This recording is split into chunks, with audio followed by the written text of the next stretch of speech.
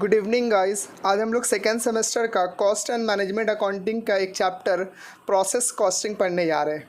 हम लोग क्लास के अंदर ओवरहेड स्टार्ट किए थे, लेकिन लॉकडाउन होने की वजह से उसको हम कंप्लीट नहीं कर पाए, इसलिए उसको हम लोग बाद में कंप्लीट कर लेंगे। हम लोग एक नया चैप्टर स्टार्ट करते हैं, प्रोसेस कॉस्टिंग, जो आपका 10 मार्क्स का आएगा।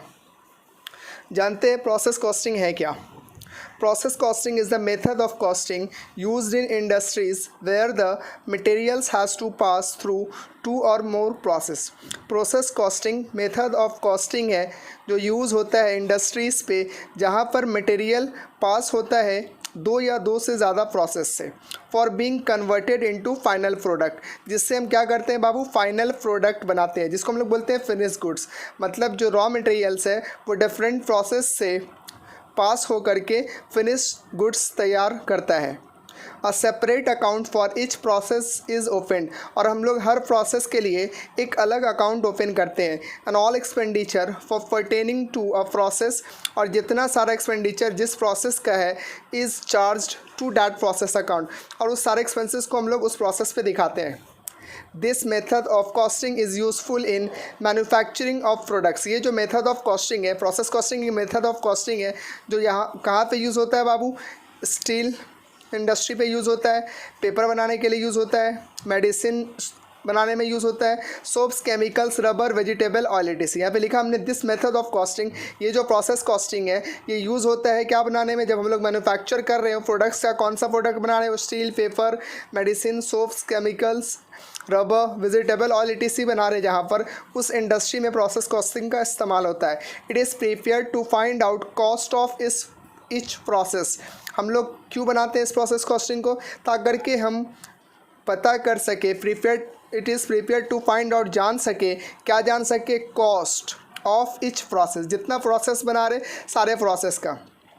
This can be understand with the help of the following diagram. आइए, रॉ मटेरियल, सबसे पहले हम लोग रॉ मटेरियल लेते हैं, फिर उससे प्रोसेस 1 में जाते हैं, फिर प्रोसेस 2 में जाते हैं, फिर प्रोसेस 3 में जाते हैं, ये प्रोसेस 4, 5 भी हो सकता है। मैं मान लेता हूँ प्रोसेस 1 से 2, प्रोसेस 2 से प्रोसेस 3, और फिर हम लोग फिनिश गुड्स तैयार करते हैं। In process costing output of process 1 becomes input of process 2 and so on. ध्यान रखिएगा कि जो प्रोसेस कॉस्टिंग का आउटपुट होगा वही नेक्स्ट प्रोसेस का इनपुट होगा। फॉर एग्जांपल, प्रोसेस 1 का आउटपुट प्रोसेस 2 का इनपुट होगा, प्रोसेस 2 का आउटपुट प्रोसेस 3 का इनपुट होगा। अब अगर रियल लाइफ में भी देखिए तो प्रोसेस हमारे आसपास ही सर्वाइव करता है। मेरे हाथ में ये पेन है, क्या ये पेन में कोई मशीन लगा हुआ, क्या अचानक से तैयार हो गया? नहीं, इसमें इंक लगा, इसमें रेड कलर का मटेरियल लगा, उसके बाद इसमें एक निब लाया गया, तब जाकर के ये एक प्रोडक्ट बना है इसका। तो पता ये चला कि कोई भी चीज़ ऑटोमेटिक तैयार नहीं होता, डिफरेंट प्रोसेस के थ्रू गुजरता है। इसी डिफरेंट प्रोसेस को हम लोग प्रोसेस कॉस्टिंग बोलते हैं। प्रोसेस कॉस्टिंग का फॉर्मेट देखिए, मैंने यहाँ पे प्रोसेस 1 लिखा है, प्रोसेस 1 अकाउंट, या प्रोसेस 2, प्रोसेस 3, कुछ भी लिख सकते हैं। ये इमेजिनरी फॉर्मेट है मेरा, मैंने जस्ट एक फॉर्मेट तैयार करा है। बुक में आप देखिएगा, बासुअन दास का बुक में, जो कॉस्टिंग का बुक है, कलकत्ता यूनिवर्सिटी की तरफ से रेफ़र किया गया है, उसमें ना अमाउंट का 2 कॉलम होता है। वो लोग लेते हैं यूनिट एंड अमाउंट, हम लोग ना यहाँ पे 3 कॉलम लिए हैं, कोई प्रॉब्लम नहीं है। Particulars, unit, rate, amount, particulars, unit, rate, amount. सबसे पहले हम लोग लेंगे 2 बेसिक मटेरियल, उसका यूनिट दिया हुआ रहेगा, रेट, अमाउंट। ये जो बेसिक मटेरियल है आपका, यही है आपका इनपुट यूनिट, यही आपका क्या है बाबू? इनपुट यूनिट है। उसके बाद सैंडरी मटेरियल का अमाउंट लेंगे, डायरेक्ट लेबर का अमाउंट लेंगे, इस तरह ये सारे एक्सपेंसेस का हम लोग क्या करेंगे? अमाउंट लेंगे। उसके बाद क्रेडिट साइड में देखिए बाय नॉर्मल लॉस, जो इनपुट से निकलता है, यहाँ पे लिखा मैंने बाय नॉर्मल लॉस, ब्रैकेट में दिखाया input into percentage, unit, rate, amount. By abnormal loss, ये नॉर्मल लॉस था, by abnormal loss, by finish stock, और बाय प्रोसेस 2 अकाउंट ट्रांसफ़र।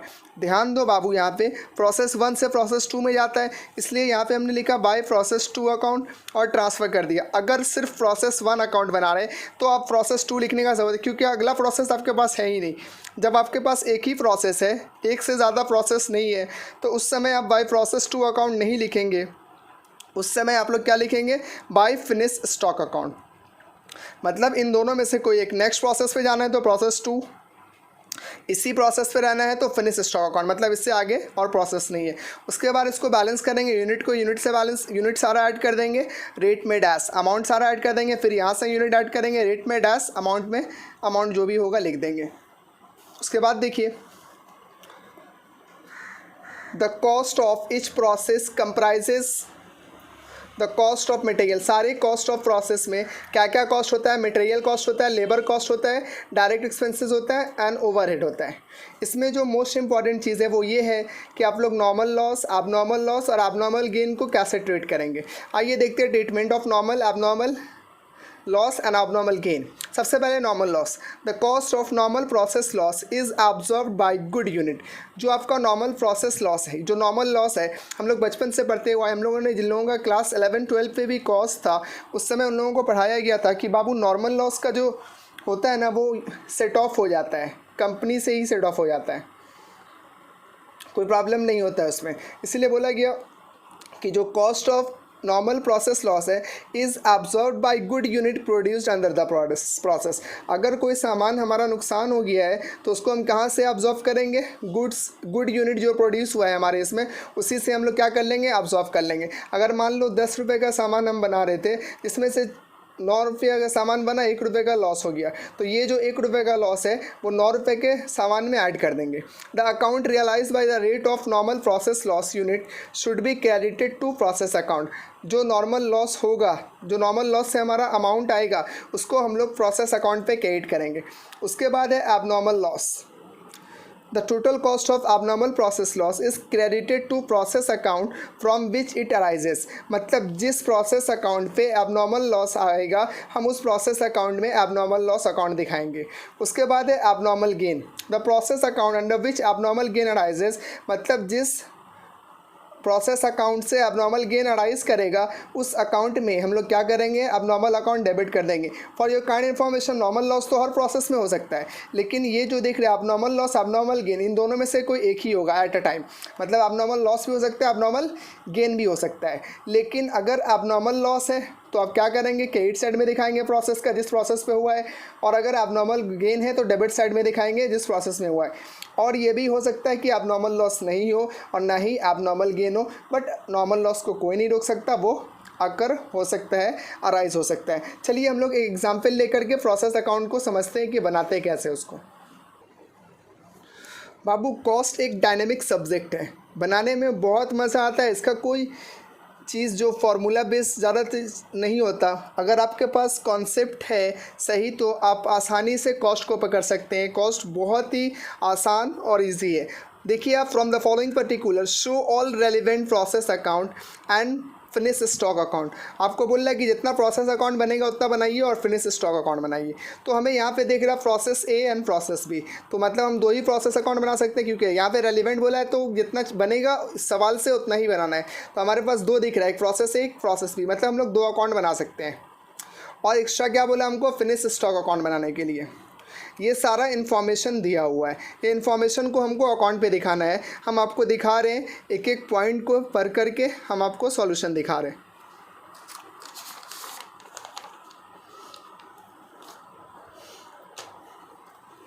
ये देखिए आपका प्रोसेस अकाउंट है, मैंने तैयार करके रखा है। प्रोसेस ए अकाउंट है ये, फिर आपका ये प्रोसेस बी अकाउंट है, और आपको एक और अकाउंट क्या बनाने बोला, फिनिश स्टॉक अकाउंट। ये आपका फिनिश्ड स्टॉक अकाउंट है। आइए एक एक करके समझते हैं। सबसे पहले देखिए बेसिक मटेरियल दिया हुआ है प्रोसेस ए का। सबसे पहले हम लोग प्रोसेस ए का डिटेल लेंगे, फिर प्रोसेस बी का लेंगे, फिर फिनिश स्टॉक को देखेंगे। प्रोसेस ए का बेसिक मटेरियल का यूनिट दिया हुआ है 4000 और अमाउंट दिया हुआ है 20,000। देखिए ये प्रोसेस ए अकाउंट है आपका।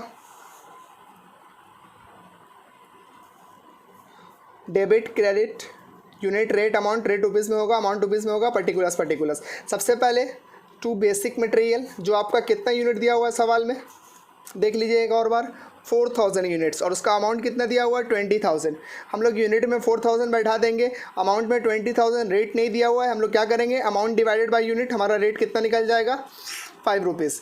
उसके बाद देखो सवाल में डायरेक्ट लेबर दिया हुआ है 16,400, सिर्फ अमाउंट दिया हुआ है। हम फॉर्मेट में भी दिखाए थे, इसका सिर्फ अमाउंट रहता है टू डायरेक्ट लेबर।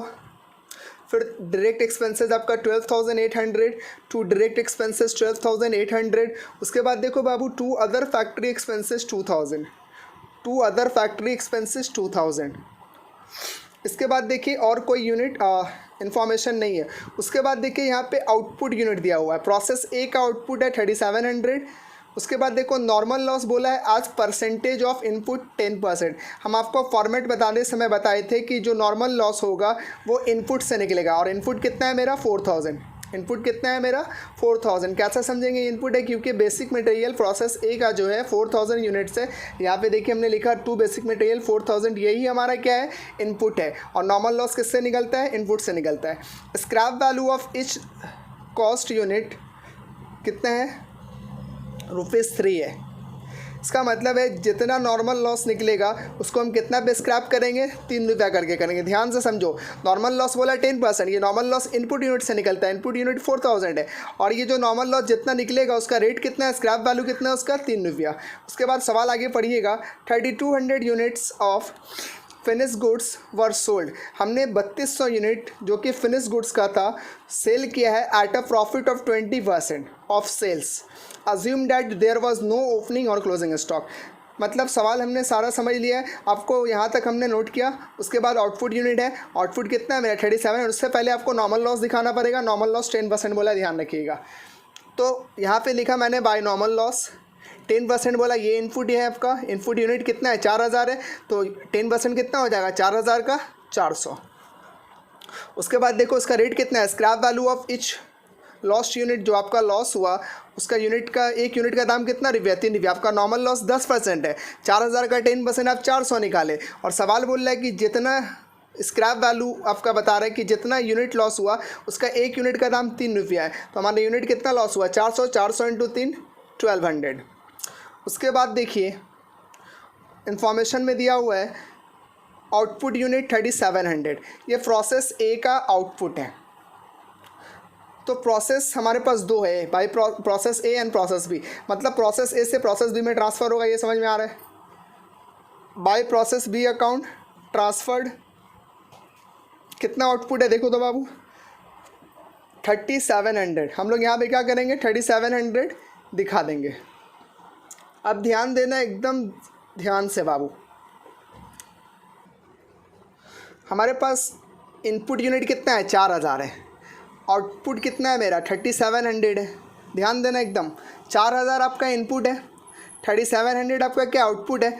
अगर 4,000 से 3,700 आप हटाते हैं तो डिफरेंस कितना बचता है 4,100, क्योंकि 4,000 आपका टोटल है, सॉरी 4,000 आपका इनपुट यूनिट है, नॉर्मल लॉस कितना है 400 है, तो 4,000 से 400 जाएगा तो कितना बचना चाहिए टोटल 3,600 बचना चाहिए था। बट यहाँ पर कितना बचा है बाबू ध्यान दो, 37 आपका आउटपुट है, जबकि इनपुट आपका 4,000 है। 4,000 से 400 नॉर्मल लॉस हो गया, इसका मतलब आपका आउटपुट कितना होना चाहिए था 3,600 यहाँ पे ट्रांसफ़र होना चाहिए था।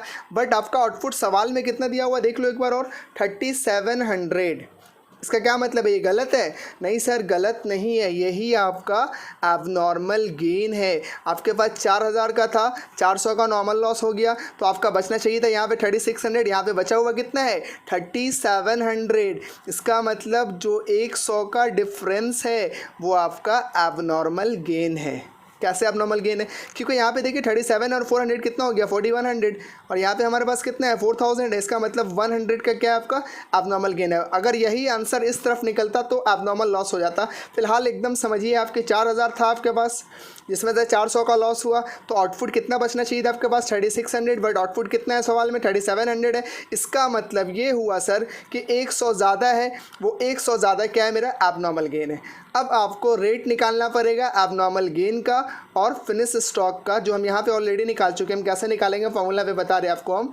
तो जो एबनॉर्मल गेन का रेट होगा वही आपका क्या होगा बाबू, प्रोसेस बी का जो आउटपुट, प्रोसेस ए का जो आउटपुट है जो प्रोसेस बी में ट्रांसफ़र हो रहा है वही रेट उसका भी होगा। आइए हम लोग फार्मूला के थ्रू निकालते हैं।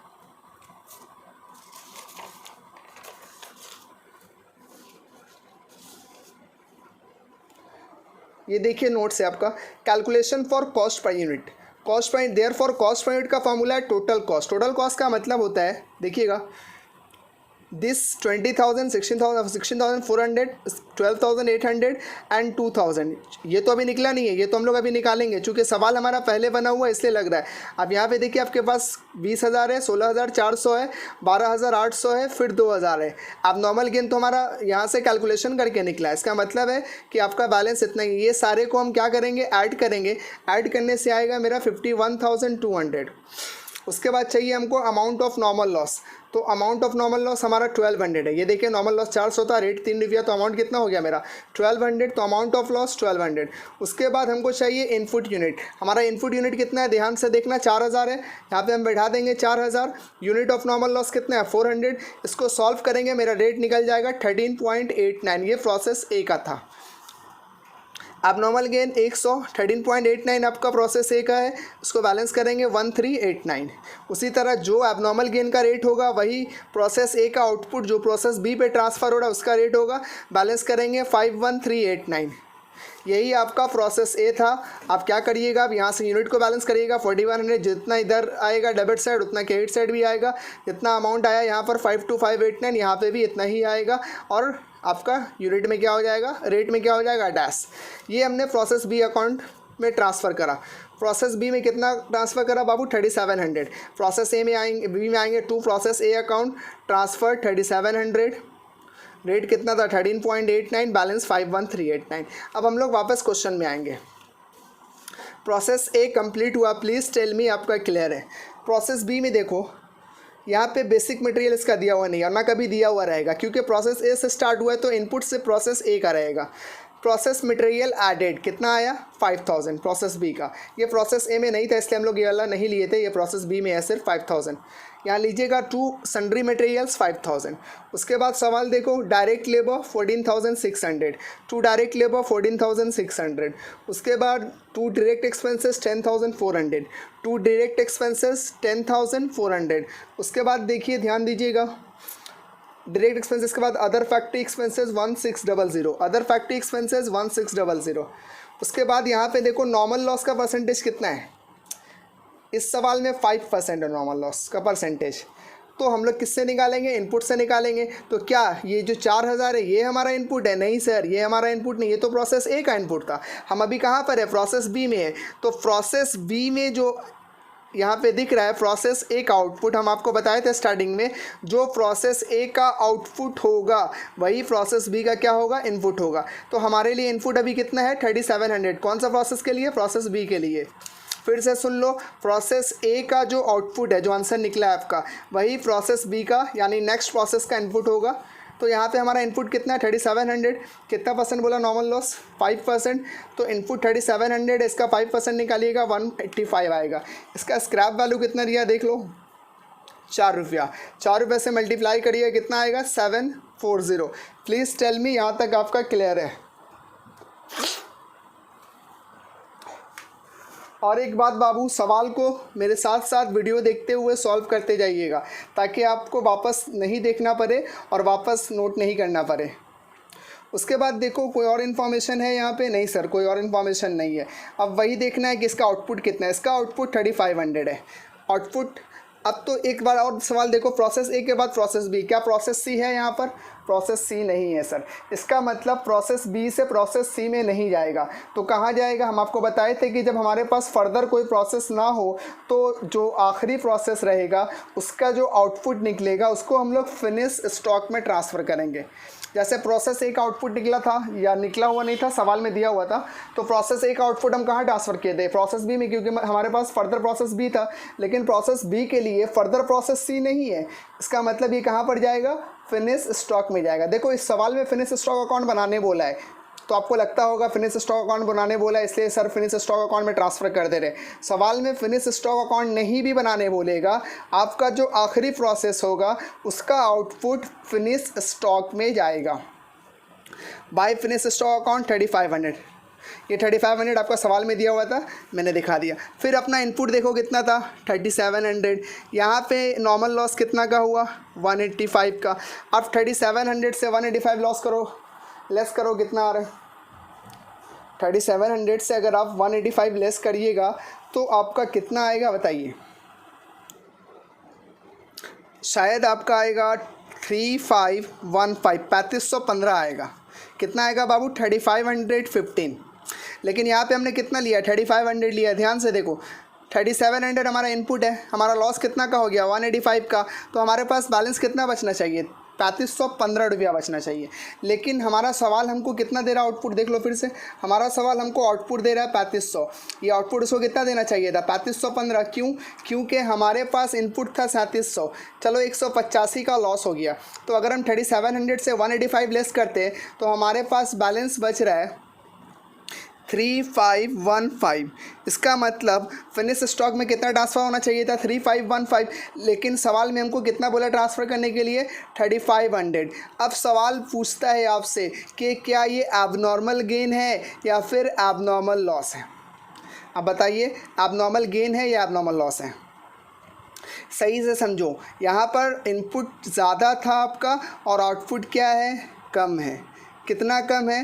15 रुपया कम है। तो ये जो 15 रुपया कम है आपका, ये आपका क्या है? एबनॉर्मल लॉस है। अगर ज़्यादा रहता तो एबनॉर्मल गेन हो जाता, कम है इसलिए एबनॉर्मल लॉस है। प्रोसेस एक जो हमने प्रीवियस प्रोसेस किया उसमें आपका एबनॉर्मल गेन निकला था और यहाँ पे आपका क्या निकल जा रहा है? एबनॉर्मल लॉस निकल जा रहा है। कैसे? क्योंकि 3700 था, यहाँ पे कितना होना चाहिए था? 185 लेस करके 3515। लेकिन हम यहाँ पे कितना दिखाए? 3500। मतलब 15 रुपया मेरा कम है। जो 15 रुपया कम है वो हमारा क्या है? एबनॉर्मल लॉस है। प्लीज़ टेल मी, आपका एबनॉर्मल गेन निकालने का तरीका और एबनॉर्मल लॉस निकालने का तरीका एकदम क्लियर है। उसके बाद ये जो रेट दिख रहे हैं आपका, ये निकला हुआ नहीं रहता है सर, इसको निकालना पड़ता है। ये 23.40 23.40 जिस तरह हम प्रीवियस सम में निकाले थे नोट्स के थ्रू, यहाँ पर भी हम वैसे ही निकालेंगे। हम यहाँ पर इसलिए पहले लिख दिए क्योंकि हम सवाल को पहले सॉल्व करके रखें ताकि हमारा टाइम क्या हो? कम कंज्यूम हो।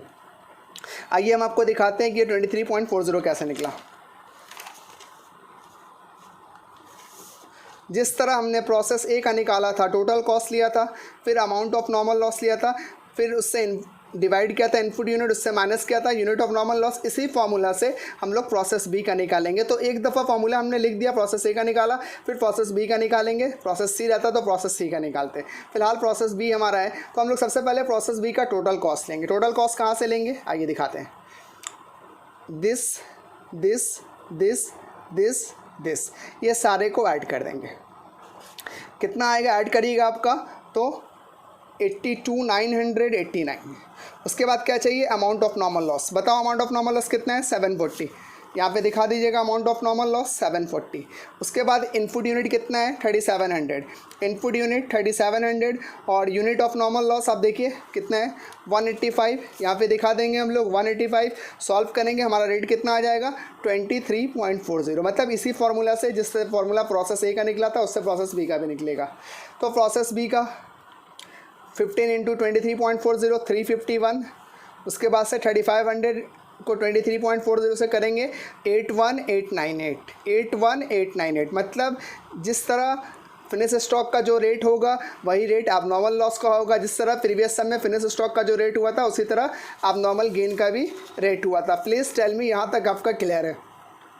फिर हम यूनिट ऐड कर लेंगे। 3700 मैच कर जाएगा आपका। रेट में डैश अमाउंट 82,989 82,989, ये आपका अमाउंट मैच कर जाएगा। उसके बाद देखो क्या है? Finish stock account. बहुत आसान है सर फिनिश स्टॉक अकाउंट।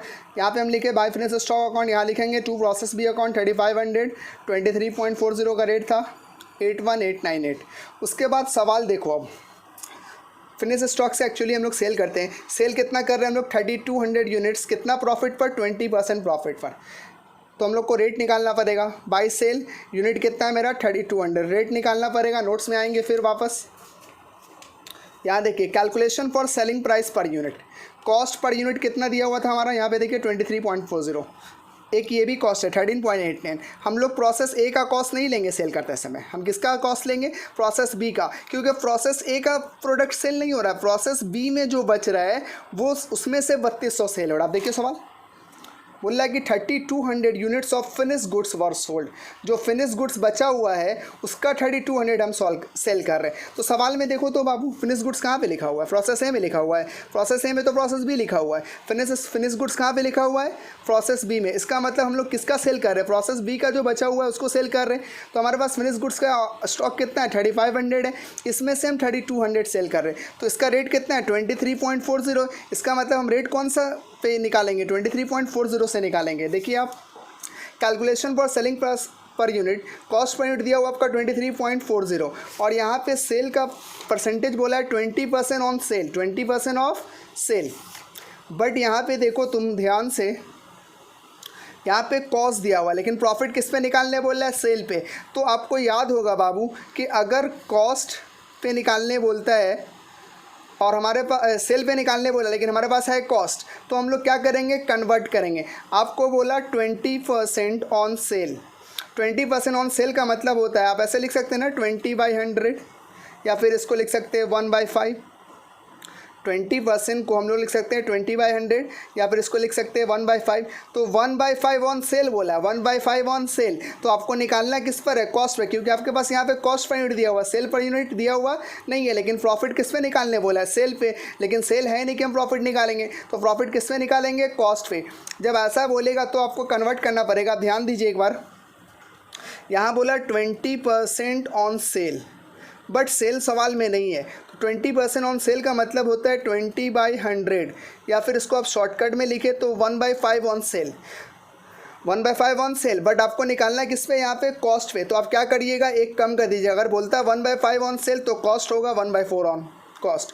अगर बोलेगा 1/6 ऑन सेल तो 1/5 ऑन कॉस्ट, 1/3 ऑन सेल बोलेगा तो 1/2 ऑन कॉस्ट।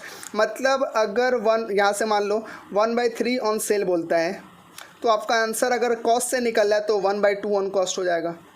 अगर मान लो 1/5 ऑन सेल बोल रहा है तो आपका कॉस्ट कितना हो जाएगा, 1/4 ऑन कॉस्ट। तो इसी तरह सवाल में देखो 20% ऑन सेल बोला था, 20% ऑन सेल का मतलब 1/5 ऑन सेल, लेकिन हमारे पास सेल तो है नहीं सवाल में, हमारे पास क्या है, कॉस्ट है। तो हमको कॉस्ट के लिए एक नीचे आना पड़ेगा, 1/5 ऑन सेल है अगर, तो 1/4 ऑन कॉस्ट हो जाएगा। तो हम लोग प्रॉफिट 1/4 इस 23.40 का निकालेंगे 5.85। आपका जो सेलिंग प्राइस होगा वो होगा 29.25। मतलब इतना पे आप क्या करिएगा, सेल करिएगा। प्लीज़ टेल मी आपका क्लियर है। अगर कोई कन्फ्यूज़न रहे तो प्लीज़ कमेंट करिएगा, ताकि आपके कन्फ्यूज़न का जो क्लियरेशन है वो किया जाएगा within some hours of comment. तो हमने सेल का रेट कितना निकाला बाबू, 29.25 एज पर वर्किंग, 93,600 बैलेंस। उसके बाद अब ध्यान दो, आपके पास टोटल 3500 यूनिट्स था, जिसमें से आपने सेल कितना कर दिया, 3200। तो आपका प्रॉफिट हुआ या सेल लॉस हुआ उस पर ध्यान दीजिएगा। आपका अमाउंट कितने का था, 81,898, आपने सेल कितना कर दिया, 93,600। इसका मतलब प्रॉफिट है ना लॉस है,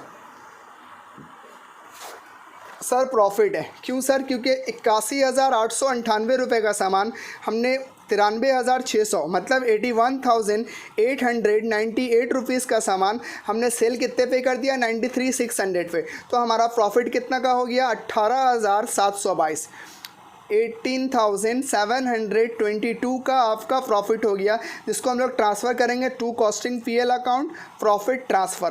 फिर से ध्यान दो, 3500 था तुम्हारा, 3200 सेल कर दिए। रेट कितना था तुम्हारा, 23.40, बट तुम रेट कितना पे सेल कर रहे हो, 29.25। ऑब्वियसली आपका बहुत ज़्यादा प्रॉफिट है। तो आप प्रॉफिट कैसे निकालोगे, यूनिट से नहीं, रेट से नहीं, अमाउंट से कंपेयर करोगे। अमाउंट आपका कितना था, 81,898, आपका सेल कितने पे हुआ, 93,600 पे। तो इन दोनों का डिफरेंस है 18,722 आपका प्रॉफिट है, to costing PL account, profit transfer. अगर लॉस आ जाता तो हम लोग क्रेडिट साइड में दिखाते हैं by costing PL account, loss transfer. चूँकि ये प्रॉफिट है इसलिए हमने डेबिट साइड में दिखाया to costing PL account, profit transfer. उसके बाद बैलेंस कर लीजिएगा, 3500 था आपके पास, 3200 सेल हो गया, आपका बचा कितना, 3300। उसके बाद आपका ये जो 300 बचा, इसका रेट कितना था, 23.40, 23.40 से मल्टीप्लाई करिएगा 7020 आ जाएगा। उसके बाद यूनिट को यूनिट से बैलेंस करेंगे, यूनिट सेम आ जाएगा, रेट में डैश, अमाउंट में 1,00,620, 1,00,620। ये आपका प्रॉब्लम 1 था। एकदम तीनों अकाउंट हमने आपको सही से समझाया। स्टिल कोई कन्फ्यूज़न है तो आप बोलिएगा। और ये जो सॉल्यूशन का पेज है, अगर किसी को चाहिए होगा तो आप बोलिएगा, आपको ये पेजेस प्रोवाइड किए जाएंगे। ये आपका एक सॉल्यूशन था। हम आपको एक और सॉल्यूशन दिखाएंगे, जो ये सॉल्यूशन आपके बुक से है। हम आपके पास बुक रख रहे हैं और उसको सॉल्व कर रहे हैं, ध्यान दीजिएगा। Problem 30, page number 652, Basu and Das का बुक है। Z limited produce product X through 3 process P1, P2, P3, मतलब हमको 3 प्रोसेस बनाना है। On January 1 raw material 1000 units were introduce in process P1। P1 में कितना रॉ मटेरियल है बाबू? 1000 यूनिट्स है। यही आपका इनपुट यूनिट है P1 का। ध्यान देना, आपके पास 3 प्रोसेस है, रॉ मटेरियल 1000 यूनिट्स है जो इंट्रोड्यूस हो रहा है प्रोसेस P1 में 50 रुपया पर यूनिट करके। ये जो 1000 यूनिट 50 रुपया पर यूनिट है P1 का, यही आपका इनपुट यूनिट है। The details of expenses incurred in 3 process during the year 2017 as under P1, P2, P3, ये सारा उनका क्या है, इन्फॉर्मेशन दिया हुआ है। आइए हम एक एक करके करते हैं। पहले प्रोसेस 1 का इनपुट कितना है देख लेते हैं, 1050 रुपये करके। To process P1 account, to raw material 1050 रुपये करके 50,000। उसके बाद देखो एक्सपेंसेस क्या है तुम्हारा, सन्ड्री अदर मटेरियल्स। प्रोसेस 1 का कितना है, 1600। उसके बाद देखो क्या है बाबू, लेबर दिया हुआ है 2600, लेबर 2600। उसके बाद नॉर्मल लॉस का परसेंटेज दिया हुआ है 5%, हमको पता है इनपुट यूनिट से निकलेगा। स्क्रैप वैल्यू दिया हुआ है 1 रुपये करके, मतलब जितना भी लॉस होगा आपका 5% जो भी निकलेगा उसको हम कितना पे सेल करेंगे, 1 रुपये करके सेल करेंगे। एकदम ईजी है, हम लोग अभी कुछ देर पहले सीख करके आए, देख लेते हैं फिर भी। By normal loss account 50 unit निकला है। कैसे निकला है, यहाँ पे देखो कितना परसेंट बोला है, 5% बोला है। तो आपका इनपुट कितना है, 1000 है, तो 1000 का 5% कितना होगा, 50 यूनिट्स होगा। और रेट कितना करके बोला, 1 रुपये करके बोला, मतलब 50 × 1 50। क्लियर है। उसके बाद देखो क्या और इन्फॉर्मेशन है, नहीं है। अब एक्चुअल आउटपुट दिया हुआ, देखिए तो प्रोसेस 1 का आउटपुट कितना है, 940 है। ध्यान देना, प्रोसेस 1 का आउटपुट है आपका 940। तो प्रोसेस 1 का जो आउटपुट है वो कहाँ जाएगा, प्रोसेस P2 में जाएगा, क्योंकि हमारे पास P2 अकाउंट है। By process P2 account transferred 940। Rate हम लोग निकालेंगे, नोट्स में दिखाएंगे हम आपको कैसे निकाला जाता है। फिलहाल ये देखो एबनॉर्मल लॉस यहाँ पे तो निकाल के हमने दिखा दिया है, क्योंकि ये सवाल मेरा पहले से बना हुआ है, लेकिन आपको निकालना पड़ेगा कि एबनॉर्मल लॉस है या फिर एबनॉर्मल गेन है। देखिए आपके पास 1000 यूनिट था, जिसमें से आपने कितना का नॉर्मल लॉस किया, 50। इसका मतलब आपके पास कितना यूनिट बचना चाहिए था आउटपुट पे, 950, बट आपके पास कितना बचा सर, 940, मतलब 10 और चाहिए। तो 10 नहीं है, 10 कम है, तो क्या है मेरा, एबनॉर्मल लॉस है। Please tell me, abnormal loss वाला कॉन्सेप्ट आपका अब स्टिल क्लियर होगा। देखिए फिर से बोल रहा हूँ, 1000 आपका रॉ मटेरियल का इनपुट है, यूनिट है, जिसमें से 50 रुपये का नॉर्मल लॉस हो गया। तो आपके पास कितना बचना चाहिए था यहाँ पर, 950, लेकिन यहाँ पे बुक में कितना दिया वो लोग, 940। इसका मतलब 10 रुपये आपका कम है, तो ये 10 रुपया क्या है बाबू, आपका एबनॉर्मल लॉस है। अब इसका आपको रेट निकालना पड़ेगा। रेट निकालने के लिए हम आपको वर्किंग नोट्स दिखाते हैं। Calculation of cost point, therefore cost point equals to same formula, total cost minus amount of normal loss divided by input unit minus unit of normal loss। total cost कैसे निकालते हैं हम लोग, सारे amount को जोड़ेंगे, 54,200 आएगा। उसके बाद क्या चाहिए, amount of normal loss already निकाला हुआ है 50 रुपया, अमाउंट ऑफ नॉर्मल लॉस 50 रुपया, इनपुट यूनिट 1000 है और यूनिट ऑफ नॉर्मल लॉस भी 50 है। बैलेंस करके आंसर आ गया आपका रेट ₹57। मतलब ये जो अब नॉर्मल लॉस हुआ उसका रेट कितना मिला आपको, 57 रुपये करके 570, और इसका भी 57 होगा, चूँकि जो फिनिश गुड्स का रेट होता है वही आपका एबनॉर्मल लॉस या एबनॉर्मल गेन का भी रेट होता है। तो आपका 940 × 57 आपका हो जाएगा 53580। यूनिट को बैलेंस कर दीजिएगा 1000, यहाँ पे भी 1000, रेट में डैश हो जाएगा, अमाउंट 54,200, यहाँ तक क्लियर है। उसके बाद प्रोसेस 2 पढ़ने से पहले प्रोसेस 1 का एक इन्फॉर्मेशन दिया हुआ था जो मैं आपको बताया नहीं और सम कंप्लीट कर दिए, एक बार देख लीजिए। प्रोसेस 1 का इन्फॉर्मेशन क्या दिया हुआ है, entire output of P1 pass to the next process. Clear है, यहाँ तक देख लो अच्छा से। entire output of P1 pass to the next process, मतलब P1 का जितना आउटपुट था हमने उसको नेक्स्ट प्रोसेस पे ट्रांसफ़र करना है। देखिए हमने वही किया है, आपका 940 था, हमने इसको प्रोसेस P पे डाल दिया। अब आते हैं प्रोसेस P2 पे।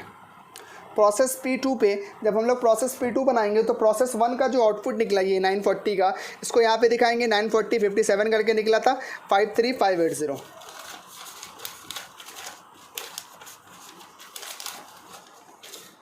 उसके बाद इन्फॉर्मेशन देखो क्या क्या है। सन्ड्री अदर मटेरियल्स 3315 का है, टू सन्ड्री अदर मटेरियल्स 3315। उसके बाद क्या है, लेबर 8000 का है, टू लेबर 8000। अब देखो और कोई इन्फॉर्मेशन इसका भी नहीं है। नॉर्मल लॉस है कितना परसेंट, 10%। तो नॉर्मल लॉस 10% है, तो ये आपके पास कितना है, इनपुट यूनिट 940 है इस बार। 940 का 10% कितना होगा, 94 होगा। और रेट कितना दिया देखो इसका 3, 94 इंटू 3 कर देंगे 282। प्लीज़ टेल मी क्लियर है। अब आउटपुट देखो कितना दिया हुआ है।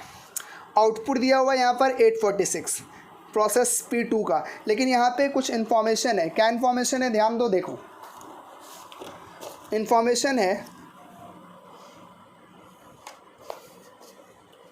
कि output of P2, half of the output of P2 was pass to the next process. मतलब जितना आउटपुट दिया हुआ है बुक में उसका आधा हम लोग नेक्स्ट प्रोसेस में डालेंगे and the balance was sold, और आधा को क्या कर देंगे, सेल कर देंगे। ध्यान देना, P1 का हमने पूरा प्रोसेस में ट्रांसफ़र किया था, क्योंकि यहाँ पे बोला था अगर कुछ नहीं बोलता तो हम भी पूरा ट्रांसफ़र कर देते, लेकिन यहाँ पे बोला था इसलिए हम ट्रांसफ़र किए, नहीं बोलता तो भी ट्रांसफ़र कर देते। लेकिन P2 का क्या बोल रहा है कि half of the output of P2 was pass to the next process, मतलब आधा नेक्स्ट प्रोसेस पे जाएगा और बाकी जो बचेगा उसको हम लोग क्या कर देंगे, सेल कर देंगे। और देखो प्रोसेस P2 का कितना आउटपुट है, 846, इसका आधा कितना हो जाएगा, 423। ध्यान दो, by finish stock account 423, by process P3 423। सवाल में बोला है कि आधा आपको नेक्स्ट प्रोसेस पे डालना है, तो नेक्स्ट प्रोसेस कौन सा है मेरा, P3 है, इसलिए मैंने बाय प्रोसेस P3 करके ट्रांसफ़र कर दिया आधा, और आधा को क्या करने बोला, सेल करने बोला। तो सेल कहाँ से करते हैं हम लोग, फिनिश स्टॉक से करते हैं, इसलिए हमने दिखा दिया by finish stock account 423। Please tell me आपका ये प्रोसेस 2 यहाँ तक क्लियर है। उसके बाद हमको रेट निकालना पड़ेगा। रेट निकालने के लिए फॉर्मूला का इस्तेमाल करेंगे। वापस लेके चलते हैं P2 का फॉर्मूला तो सेम रहेगा, सिर्फ कैलकुलेशन चेंजेस होगा।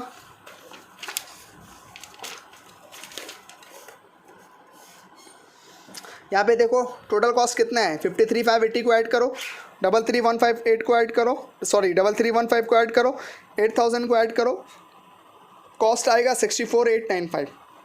उसके बाद अमाउंट ऑफ नॉर्मल लॉस हम लोग निकाले 282। उसके बाद यूनिट, इनपुट यूनिट कितना था तुम्हारा, 940 प्रोसेस 2 का, 940। इसका यूनिट कितना था, 282, सॉरी इसका यूनिट कितना था, 94। नॉर्मल लॉस का यूनिट 94 सॉल्व करिएगा, रेट आ जाएगा आपका 76.375। हम लोग दिखा देंगे 76.37573। यहाँ पे देखो एबनॉर्मल लॉस या एबनॉर्मल गेन नहीं निकला, कैसे, ध्यान दो। 940 टोटल आपके पास था, 940 से आपका लेस करिएगा 94, तो कितना आएगा बताइए, लेस करिए। 940 से अगर आप लेस करते हो 94 तो आपका कितना आएगा बताइए। आप देखिएगा 846 आ जाएगा। इसका मतलब ये हुआ कि जितना आपको चाहिए था उतना मिल गया। 940 से हमने 94 लेस किया, आपका कितना आया, 846। इतना ही आया ना, देख लो एक बार, यहाँ पे देखो 846 है। इसका मतलब प्रोसेस P2 अकाउंट में ना एबनॉर्मल लॉस है ना एबनॉर्मल गेन है। ये और बात है कि 423 अलग अलग पार्ट में डिवाइड हो गया, क्योंकि सवाल बोला है आधा सेल करना है, जो सेल करना है फिनिश स्टॉक में जाएगा, और जो ट्रांसफ़र हुआ वो प्रोसेस P3 में चला गया। प्लीज़ टेल मी आपका यहाँ तक क्लियर है। उसके बाद आते हैं प्रोसेस P3, ये आपका लास्ट प्रोसेस है। प्रोसेस P3 से जो आउटपुट, P2 से जो आउटपुट निकला वो P3 का इनपुट हो जाएगा 423, 76 3.75 32 306। और ये वाला जो है ये तो फिनिश स्टॉक में ट्रांसफ़र हुआ है, तो इसको हम लोग फिनिश स्टॉक पे दिखाएंगे अगर अकाउंट बनाते हैं, नहीं बनाते तो दिखाने का ज़रूरत नहीं है। उसके बाद सन्ड्री अदर मटेरियल्स कितना है, सन्ड्री अदर मटेरियल्स आपका 3220 दिखाइए, सन्ड्री अदर मटेरियल्स 3320। उसके बाद देखो लेबर कितने का है, 6392, लेबर 6392। उसके बाद नॉर्मल लॉस का परसेंटेज है 5% और रेट कितना है देख लो 6 रुपीज़ है। 5% निकालेंगे, किसका निकालेंगे, इनपुट का निकालेंगे। इनपुट कितना है 423, आपका 21 आ जाएगा। रेट कितना था 6 रुपया 126। इसके बाद देखो इसके बारे में कोई इन्फॉर्मेशन दिया है कि इसका जो आउटपुट है कितना है, क्या होगा नहीं होगा। इसका आउटपुट देख लो पहले कितना है 200 है, सॉरी इसका आउटपुट है 410। आउटपुट कितना है बाबू 410। इसके बारे में कुछ बोला है देख लेते हैं अच्छा से। The entire output of P3 was sold. यहाँ पे बोल दिया है कि आउटपुट जितना है P3 का हमने सबको सेल कर दिया। चलिए अच्छी बात है, अगर सेल कर दिया, सेल करने का मतलब है कहाँ पे ट्रांसफ़र होगा, फिनिश स्टॉक में ट्रांसफ़र। जब भी सेल होगा कहाँ पे ट्रांसफ़र होगा, फिनिश स्टॉक में ट्रांसफ़र होगा। लेकिन आपसे एक सवाल है, अगर मान लो सवाल में बोलता कि सेल नहीं किया है तो भी फिनिश स्टॉक में ही जाता। क्यों ऐसा सर, क्योंकि इसके आगे और कोई प्रोसेस नहीं है। जो लास्ट प्रोसेस होता है वो फिनिश स्टॉक में ट्रांसफ़र कर दिया जाता है। लेकिन यहाँ पे चूँकि सवाल में बोला है कि आपको सेल करना है पूरा इंटायर आउटपुट, इसलिए आप ये मत समझना कि हम फिनिश स्टॉक में डाल लें। फिनिश स्टॉक में 2 कंडीशन है जाने का। पहला कंडीशन, अगर अगला प्रोसेस हमारे पास नहीं है तो हम लोग फिनिश स्टॉक में डाल देंगे। दूसरा कंडीशन, अगर सेल होगा तो फिनिश स्टॉक में डालेंगे। चूँकि यहाँ पे सेल बोला है तो आप समझिएगा सर सेल बोला है तो ही डाल लें। नहीं सर ऐसा नहीं है, जब बोलेगा सवाल में सेल है तो भी फिनिश स्टॉक में जाएगा, और आखिरी प्रोसेस रहेगा मतलब इसके बाद और कोई नेक्स्ट प्रोसेस नहीं रहेगा तो भी फिनिश स्टॉक में जाएगा। तो हम लोग 410 ट्रांसफ़र करेंगे। रेट हम लोग बाद में देखेंगे कैसे आया। सबसे पहले तुम देखो कि क्या फिनिश स्टॉक इतना ही बचना चाहिए था। अब देखिए 423 था आपके पास, अब नॉर्मल लॉस कितना हुआ आपका 421। इसका मतलब 423 से अगर हम लोग 410 लेस कर देते हैं तो हमारे पास बैलेंस कितना बचना चाहिए था, आप बताइए। 423 से अगर हम 410 लेस करते हैं कितना बैलेंस बचेगा, बताओ बताओ जल्दी। 423 से अगर तुम 21 लेस करते हो तो कितना बचेगा। चूँकि 423 क्या है आपका इनपुट है और आपका लॉस कितने का है 21 का है, तो 423 से 421 लेस करते हैं तो हमारे पास 402 बचना चाहिए था ना। बट यहाँ पे कितना है सर 410 है, मतलब कितना ज़्यादा है 8 रुपया ज़्यादा है। तो 8 रुपया जब ज़्यादा है तो एबनॉर्मल गेन है। कम रहने से एबनॉर्मल लॉस होता है और ज़्यादा रहने से क्या होता है बाबू, एबनॉर्मल गेन होता है। तो 2 एबनॉर्मल गेन 8। अब आपको निकालना पड़ेगा क्या चीज़ बाबू, रेट। तो रेट हम लोग कहाँ से निकालेंगे, टोटल कॉस्ट लेंगे। टोटल कॉस्ट कहाँ तक लेंगे, यहाँ तक लेंगे, क्योंकि इसका तो रेट अभी निकला नहीं है। सवाल में हम दिखा दी क्योंकि मेरा सॉल्व किया हुआ है। तो हम लोग ये वाला अमाउंट नहीं लेंगे, अमाउंट हम लोग यहीं तक लेंगे क्योंकि इसका अमाउंट तो हम लोग अभी निकालेंगे। तो सबसे पहले हम लोग टोटल कॉस्ट लेंगे। टोटल कॉस्ट में ये सारे को ऐड कर देंगे। देखिए नोट्स में दिखाते हैं हम आपको। 41918 कैसे आया, इसको ये तीनों को ऐड करोगे आपका आंसर कितना आएगा 41918। उसके बाद चाहिए आपको amount of normal loss. Amount of normal loss कितना है, देखो यहाँ पे 126 है, 126। उसके बाद यूनिट इनपुट यूनिट चाहिए 423, नॉर्मल लॉस का यूनिट चाहिए 21। रेट कितना आएगा 103.96। 103.96 से मल्टीप्लाई करेंगे 42.624। यहाँ पे भी 1039.6 से मल्टीप्लाई करेंगे 832। इसको ऐड कर देंगे 42750, ये 431 और ये 431, ये बैलेंस हो जाएगा। इसके बाद आपको एक आखिरी चीज़ बनाने के लिए बोला है सवाल में, आप देख सकते हैं मैनेजमेंट एक्सपेंसेस, सेलिंग एक्सपेंसेस दिया हुआ 6000 9000। These are not allocable to the process, ये प्रोसेस पे नहीं जाएगा। आपको बनाने क्या बोला था, process account and statement of profit. Process तो हमने बना लिया, आप क्या बनाएंगे स्टेटमेंट ऑफ प्रॉफिट। 2 मिनट का और है बाबू, देख लीजिए स्टेटमेंट ऑफ प्रॉफिट कैसे बनेगा। ये देखिए आपका स्टेटमेंट ऑफ प्रॉफिट।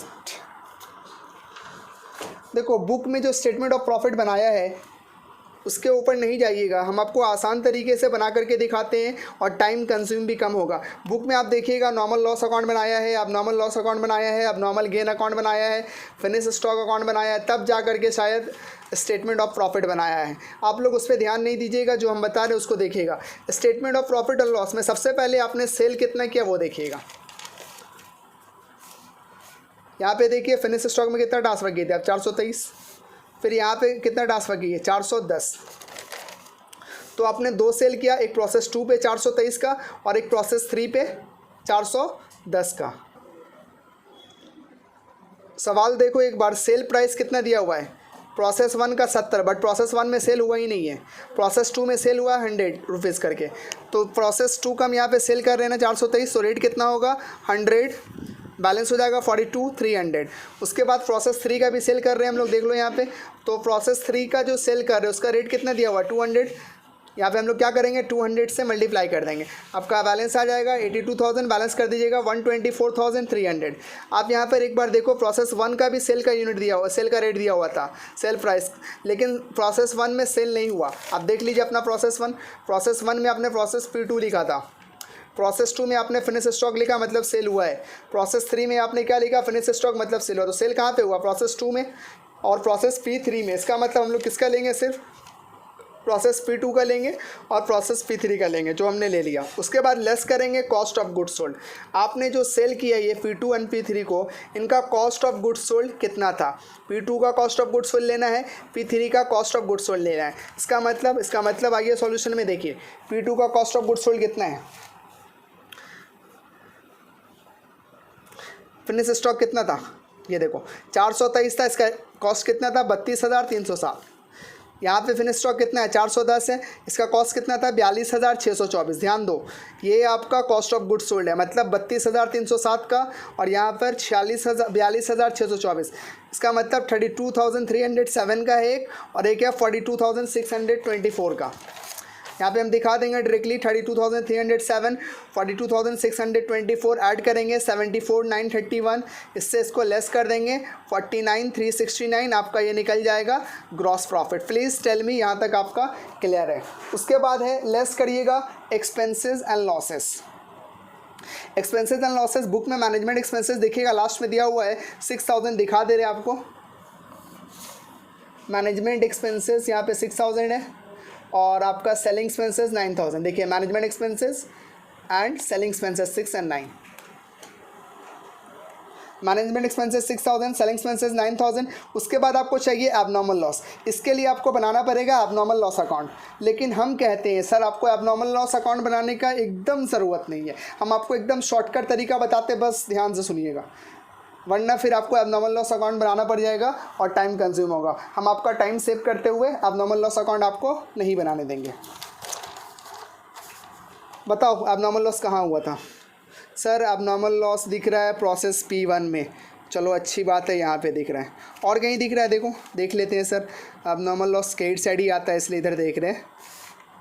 नहीं सर, एक ही जगह एबनॉर्मल लॉस है। इसका मतलब एबनॉर्मल लॉस हमारा एक जगह हुआ 10 यूनिट का 57 रुपीज़ करके 570 का। अब देखो सॉल्यूशन, ये देखो एबनॉर्मल लॉस मैंने लिखा 570, ये आपका अमाउंट है। इससे हम माइनस कर रहे हैं 10 × 1, ये 10 × 1 माइनस क्यों कर रहे हैं, एकदम ध्यान से सुनना, कहीं ध्यान ना भटके, एकदम ध्यान से सुनना। आप ये बताओ कि आपका जो नॉर्मल लॉस का स्क्रैप वैल्यू था वो कितना रुपया था, 1 रुपया था। मतलब आपका जो नॉर्मल लॉस हो रहा था वो रियलाइज़ कितना करके हो रहा था, 1 रुपया करके। कैसे पता चला 1 रुपया करके, यहाँ देखो स्क्रैप वैल्यू दिया हुआ है, स्क्रैप वैल्यू पर यूनिट कितना है आपका 1 रुपया है। तो आपका जो स्क्रैप वैल्यू पर यूनिट कितना है 1 रुपया है। तो यहाँ पे हमने देखा कि एबनॉर्मल लॉस कौन सा प्रोसेस में था, प्रोसेस P1 में था। इसका मतलब स्क्रैप वैल्यू हम किसका लेंगे, प्रोसेस P1 का लेंगे ना, इसलिए हमने प्रोसेस P1 का देखा। स्क्रैप वैल्यू का रेट कितना है 1 रुपया है। तो अब देखो शॉर्टकट तरीका, 570 टोटल अमाउंट था आपके पास एबनॉर्मल लॉस का, लेकिन जिसमें से 10 यूनिट कितना लॉस हुआ था आपका, देखो एबनॉर्मल लॉस कितना है 10 यूनिट्स है, 10 यूनिट आपका रिकवर होगा कितना रुपया करके, 1 रुपया करके। इसलिए हमने लिखा 10 × 1 कितना हो जाएगा, 10 × 1 10 हो जाएगा। 570 से 10 माइनस करेगा आपका 560, उसके बाद इसको बैलेंस कर देंगे 15,560 15560। उसके बाद इसको लेस कर देंगे 39,809 39,809। प्लीज़ टेल मी यहाँ तक क्लियर है। मैं आपको फिर से समझाता हूँ एबनॉर्मल लॉस।